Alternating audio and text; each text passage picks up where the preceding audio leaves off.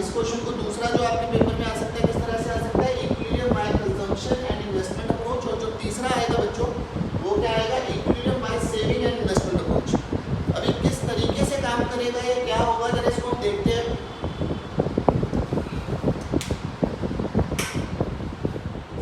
तो चलो बच्चों इसको स्टार्ट करते हैं हम लोग। बच्चों मैंने आपको क्या बोला कि इक्विलिब्रियम कैसे आएगा, ये इक्विलिब्रियम आएगा टू सेक्टर मॉडल में। टू सेक्टर मॉडल का मतलब क्या हुआ, इकोनॉमी में सिर्फ दो ही सेक्टर है, aggregate demand is equals to aggregate supply. आप याद करो जब हम लोग लिखते हैं, हम लोग पढ़ते थे माइक्रो इकोनॉमिक्स में, तो माइक्रो इकोनॉमिक्स में क्या होता था, डिमांड और सप्लाई। डिमांड करता है एक आदमी, तो जब एक आदमी की डिमांड या एक आदमी की सप्लाई होगा that means we are talking about demand and supply. और जब हम पूरे देश की बात करते हैं, हर एक आदमी की डिमांड करते हैं, तो that means we are talking about aggregate demand and aggregate supply. तो therefore the point where aggregate demand मतलब AD is equals to aggregate supply, that is the point of equilibrium. तो जहां पे एडी बराबर होगा एएस के, तो AD में बच्चों क्या क्या आएगा, एडी में आएगा सी प्लस आई, कंजम्पशन और इन्वेस्टमेंट। और एग्रीगेट सप्लाई को बच्चों हम लोग क्या कहते हैं, एग्रीगेट सप्लाई को हम लोग कहते हैं वाई। तो ये क्या बन गया बच्चों, जहां पे y बराबर होगा c प्लस आई के, वहां पे आएगा इक्विलिब्रियम। तो इक्विलिब्रियम वाले पॉइंट पे AD is equals to AS, मतलब यहाँ पे consumption plus investment is equals to income होगा। तो बच्चों ये तो देखो यहाँ तक अभी तक दो क्वेश्चन क्लियर हो गए। पहला क्या था हमारे पास, two sector model. Two sector model का मतलब एग्रीगेट डिमांड और एग्रीगेट सप्लाई। और कंजम्पशन इन्वेस्टमेंट अप्रोच कहती है कि एक ऐसा पॉइंट जहाँ पे इनकम बराबर हो कंजम्पशन प्लस इन्वेस्टमेंट के सम के। तो इसको बनाया किसने बच्चों, इसको बनाया था प्रोफेसर केन्स ने। प्रोफेसर केन्स क्या कहते थे, according to professor Keynes in two sector model equilibrium is attained at that point where aggregate demand is equals to aggregate supply, और you can say the point where consumption plus investment is equals to income, that is the point of equilibrium. दोबारा से, according to Professor Keynes in two sector model equilibrium is attained at that point where aggregate demand is equals to aggregate supply, or the following are the main component of aggregate demand, that is consumption and investment, and aggregate supply is also called income. Therefore at the point of equilibrium income is equals to consumption and investment। यहाँ तक तो बच्चों भी हमारे पास question clear हो, but इसको समझाने के लिए प्रोफेसर केन्स ने हेल्प ली थी तीन चीजों की।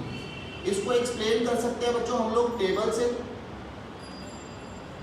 तो सबसे पहले बच्चों इसको एक्सप्लेन करने के लिए मैं आपके सामने एक टेबल बनाता हूँ। तो टेबल में सबसे पहला मैं एक कॉलम बना रहा हूँ वाई का। वाई का मतलब क्या हो गया बच्चों, इनकम। अच्छा अब एक बात बताओ, एक देश की या एक आदमी की इनकम जीरो हो सकती है या नहीं हो सकती है? किसी भी इकोनॉमी में इनिशियल फेज में इनकम जीरो होगी, और उसके बाद जैसे जैसे इनकम या आउटपुट बढ़ेगा तो इनकम भी बढ़ेगी। तो इनकम हम स्टार्ट करते हैं जीरो से, फिर उसके बाद इनकम हुई 100, फिर 200, ये सारी फिगर इन करोड़ है, फिर 300, फिर 400, फिर 500। बच्चों हमारे पास इनकम आ गई। उसके बाद हमें अगला कॉलम बनाना है कंजम्पशन का, सी। तो ये मैं मान रहा हूँ 40 प्लस 0.6y। अब ये 0.6y क्या है, ये 40 क्या है, 40 बेटा आपके पास है ऑटोनोमिनस कंजम्पशन। ऑटोनोमिनस कंजम्पशन का मतलब वो कंजम्पशन जो जब आपके पास इनकम हो या ना हो, जो हमने खर्चना ही खर्चना है। और 0.6y यहाँ पे 0.6 क्या है, 0.6 आपके पास है एमटीसी कि इनकम का 60% हम लोग कंज्यूम कर रहे हैं और बाकी 40% हम लोग सेव कर रहे हैं। तो ये अगर आपसे कोई पूछे, वैसे तो 12वीं के लेवल पे पूछा जाएगा, आपके लेवल पे नहीं, कि कंजम्पशन फंक्शन क्या होता है। तो कंजम्पशन फंक्शन आपके पास क्या होगा, autonomous consumption plus MTC into Y. तो यहाँ से मैं जरा अपनी सी की वैल्यू निकालता हूँ बच्चों, तो यहाँ पे क्या आ जाएगा 40, 100 का 60% निकालेंगे तो 60 प्लस 40 कितना हो गया बच्चों, यहाँ पे 100, यहाँ पे 160। आप इस तरह से कैलकुलेट कर सकते हैं, 180 प्लस 40 220, 280 और उसके बाद 340। बच्चों यहाँ तक क्लियर है? ये हमने कंजम्पशन निकाल दिया, ये हमारे पास इनकम थी। अब अगला वाला कॉलम हम लोग बनाते हैं इन्वेस्टमेंट का। इन्वेस्टमेंट हम ये मान के चलते हैं कि हम एक ही बारी करते हैं, तो हर एक पॉइंट पे इन्वेस्टमेंट हमारे पास कांस्टेंट रहेगी। तो इन्वेस्टमेंट को बेटा मैं कांस्टेंट मान रहा हूँ कि हर एक इनकम के पॉइंट पे इन्वेस्टमेंट कितनी रहेगी, 80 करोड़ कांस्टेंट।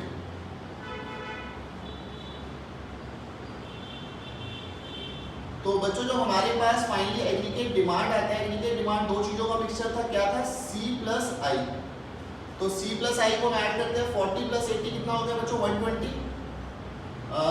120 के बाद इसको हम ऐड करेंगे तो कितना हो जाएगा बेटा, 180, 240, 300, 360 और 420। तो बच्चों आप यहाँ पे जरा देखो, इस एक पॉइंट पे हमारे दोनों बराबर है, तो यहाँ पे हमारे पास क्या आएगा, इक्विलिब्रियम आ जाएगा। तो इक्विलिब्रियम वाले पॉइंट पे हमारे पास क्या पॉइंट था, हमको प्रूव करना था y is equals to C plus I.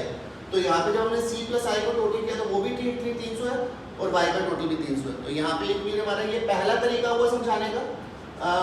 BCom है तो हमारे लिए लेंथ बड़ी इंपॉर्टेंट है। तो दूसरी हम प्रेजेंटेशन देंगे बच्चों, एल्जेब्रिक प्रेजेंटेशन। एल्जेब्रिक प्रेजेंटेशन मतलब एक मैथमेटिकल प्रेजेंटेशन का तरीका होता है।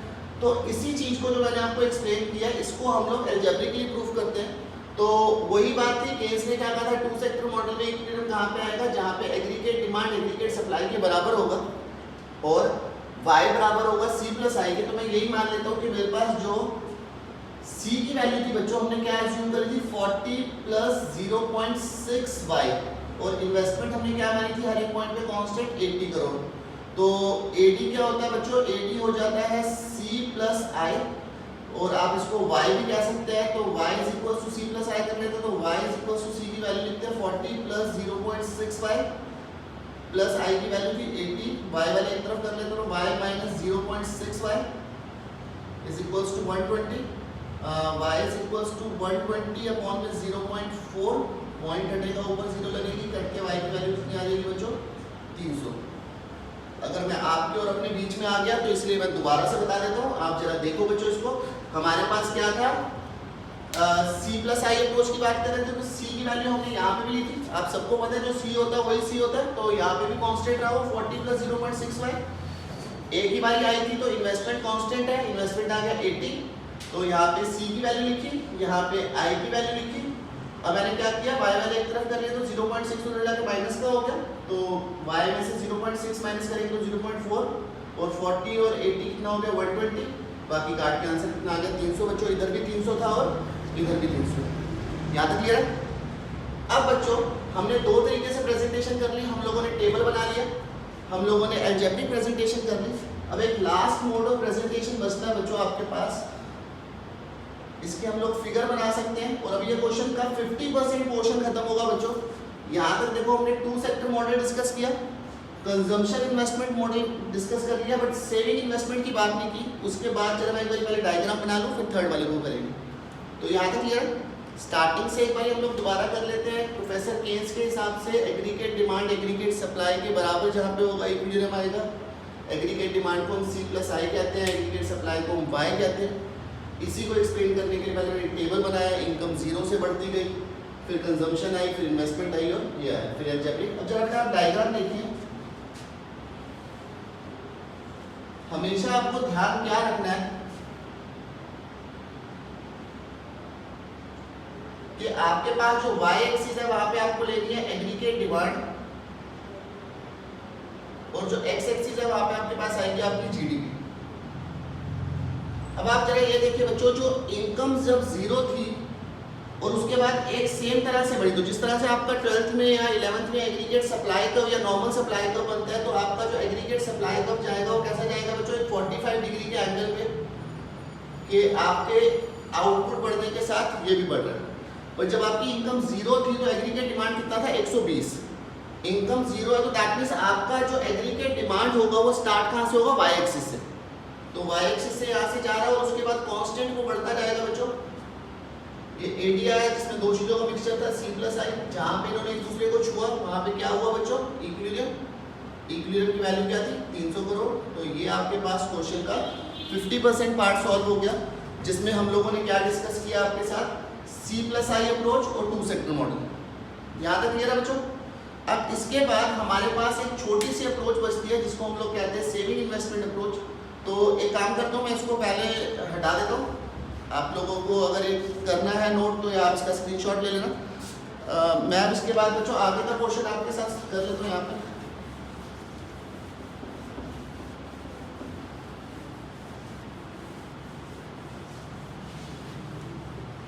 बच्चों केस ने क्या कहा था कि जहाँ पे एग्रीगेट डिमांड बराबर होगा एग्रीगेट सप्लाई के, वहाँ पे तो आएगा इक्विलिब्रियम। अब एग्रीगेट डिमांड में उसने मुझे कहा था क्या आएगा C प्लस आई, तो बट एग्रीगेट सप्लाई में क्या आएगा उसने बताया था C प्लस एस।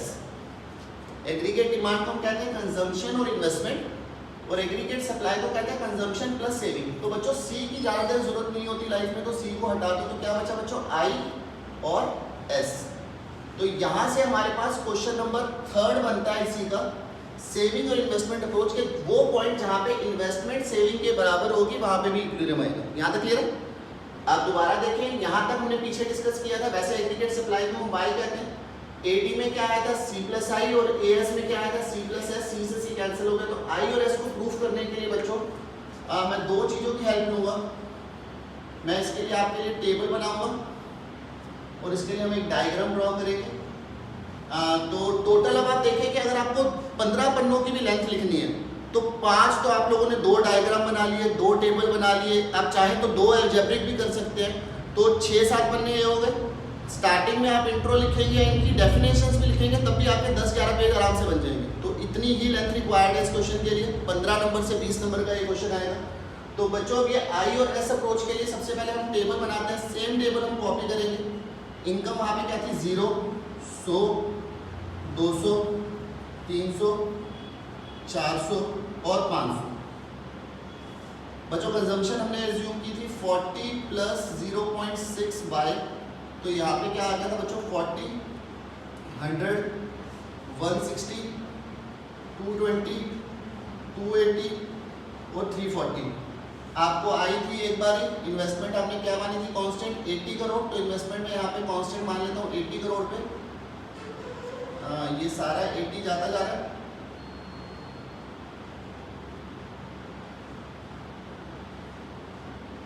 और सेविंग कैसे निकलती है बच्चों? मान लेते हैं कि मैंने अगर 100 रुपये कमाया और 40 रुपये खा लिया, तो सेविंग कितनी हुई 60 रुपये। तो जब मैं इनकम में से कंजम्पशन को माइनस करूंगा तो सेविंग आएगा। तो सेविंग का क्या फॉर्मूला बताइए बेटा? Saving is equals to Y minus C. तो क्या आ गया बच्चों -40। उसके बाद यहाँ से माइनस करेंगे तो कितना हो जाएगा 0, 40, 80, 120 और फाइनली 160। अब आप जरा देखिए बच्चों, यहाँ पे उधर भी 300 आंसर था, इधर भी 300 आंसर, तो 300 पे सेविंग इन्वेस्टमेंट के बराबर है, तो 300 करोड़ पे आपका इक्विलिब्रियम आ जाएगा, क्योंकि यहाँ पे saving is equals to investment आ गया। और बच्चों एक लास्ट इसके अंदर बचता है इसका डायग्रामेटिक प्रेजेंटेशन। बट आप एक चीज देखिए, जब आपकी इनकम 0 थी तो सेविंग का लेवल था -40। तो इसीलिए जब हम इस डायग्राम को बनाएंगे तो उसमें नेगेटिव एक्सिस भी जाएंगे बच्चों।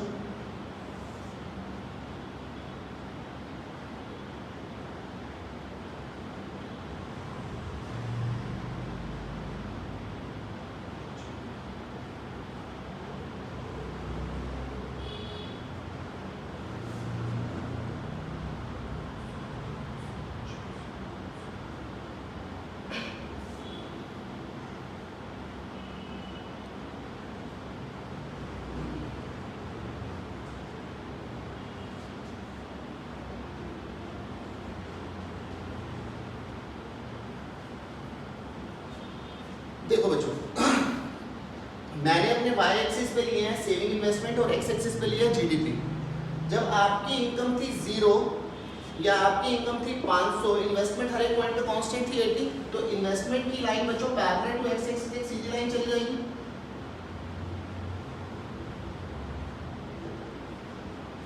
ये इन्वेस्टमेंट होगी। जब आपकी इनकम थी 0 तो सेविंग थी -40, तो सेविंग -40 बच्चों ये फर्स्ट पॉइंट आ गया, ये सेकंड आ गया।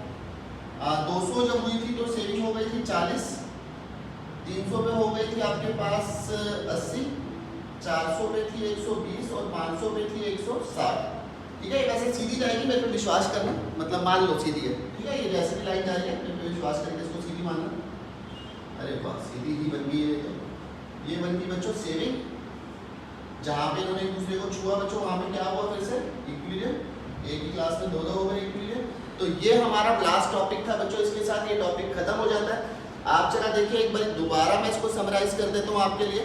सबसे पहले इस टॉपिक में हमने क्या डिस्कस किया था कि जहाँ पे एग्रीगेट डिमांड और एग्रीगेट सप्लाई बराबर होगा, aggregate demand C plus I, तो उसको समझाने के लिए पहले हमने 3 चीज़ों की हेल्प ली बच्चों। हमने टेबल बनाया, टेबल में हमने अज्यूम किया इनकम 0 है, फिर इनकम बढ़ी, कंजम्पशन 40 प्लस 0.6 था, कंजम्पशन उस तरह से बढ़ती गई।